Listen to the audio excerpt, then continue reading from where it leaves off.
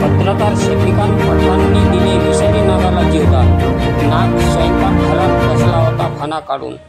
सविस्तर अशी की माना येथून जवळच असलेल्या कुरुम येथील सेवानिवृत्त शिक्षक मोहन गया दिन गुजर यांच्या घरात स्वयंपाकघरात एका डब्यात दुपारी 4 ते 6 दरम्यान 5 फूट लांबीचा नाग विषारी जातीचा साप पकडण्यात आला असून तो साप डब्यात फणा काढून बसला होता।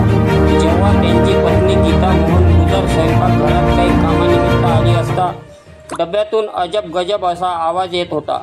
जेव्हा त्यांच्या पत्नीने डब्यात झोकून पाहिले असता एक मोठा नाग जातीचा विषारी साप तिला दिसला।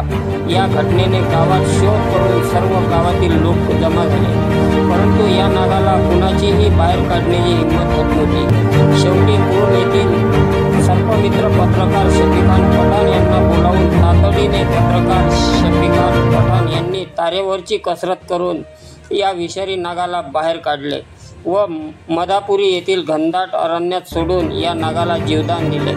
साप निघाल्यास कुणीही त्याला मारू नये, साप हा शेतकऱ्यांचा मित्र आहे असे आवाहन सुद्धा पत्रकार शफिकान पठाण यांनी केले। अशाच नवनवीन बातम्या पाहण्यासाठी यूट्यूब न्यूज चॅनलला लाईक व सबस्क्राईब करा। उद्धव कोकणे, माना।